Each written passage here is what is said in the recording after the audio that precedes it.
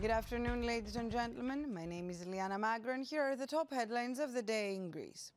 Greek Prime Minister Kyriakos Mitsotakis met earlier today with Microsoft's Executive Vice President and Chief Commercial Officer Georgios Althoff and senior executives of the company in Athens.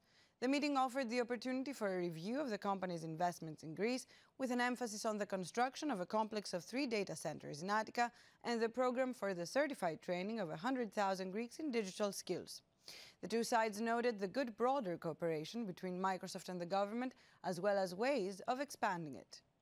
Now, tourism revenues for 2024 amounted to 21.7 billion euros in Greece, Greek newspaper Kathimerini reports today. Further growth is expected this year, barring any major geopolitical developments that would impact travel to the country. The direct contribution of tourism to the economy came to more than 30 billion euros last year, amounting to 13% of the GDP, while the indirect total contribution to the economy was significantly higher.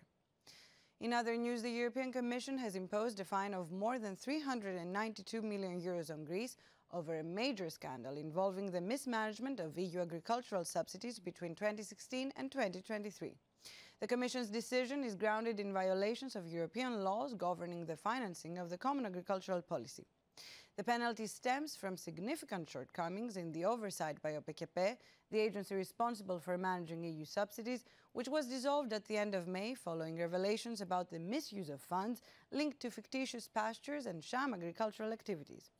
As part of its response, the Commission applied a horizontal correction, reducing the subsidies Greece will receive in the coming years by 5%, reflecting the view that the problem is systemic and that there has been no proper supervision and operation of the subsidy management model in Greece for many years.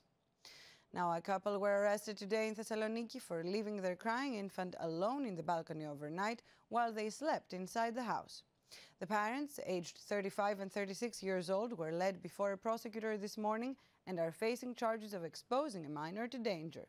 Police officers were patrolling in the center of Thessaloniki in the early hours when they heard a baby crying from the balcony of a 4th-floor apartment. When they investigated the matter, they found that the parents and their 3 other children had gone to sleep with the balcony doors shut. They reportedly told police that they had left their 11-month-old baby on the balcony to cool off. Social services have been called in to investigate the living conditions of the other 3 children. Finally, southeastern Europe, including Greece, will experience warmer than normal temperatures in July, with relatively mild deviations, according to long-term forecasts from 8 international meteorological centers processed by researchers at the National Observatory of Athens. The analysis shows that 93% of 400 scenarios predict that July's average temperature will exceed seasonal norms. Researchers predict an average temperature increase of 1.04 Celsius degrees, with greater deviations in western Greece than in eastern regions. And that's all for today. Tune in again tomorrow for Greece's first English language news bulletin, and ladies and gentlemen, have a good afternoon.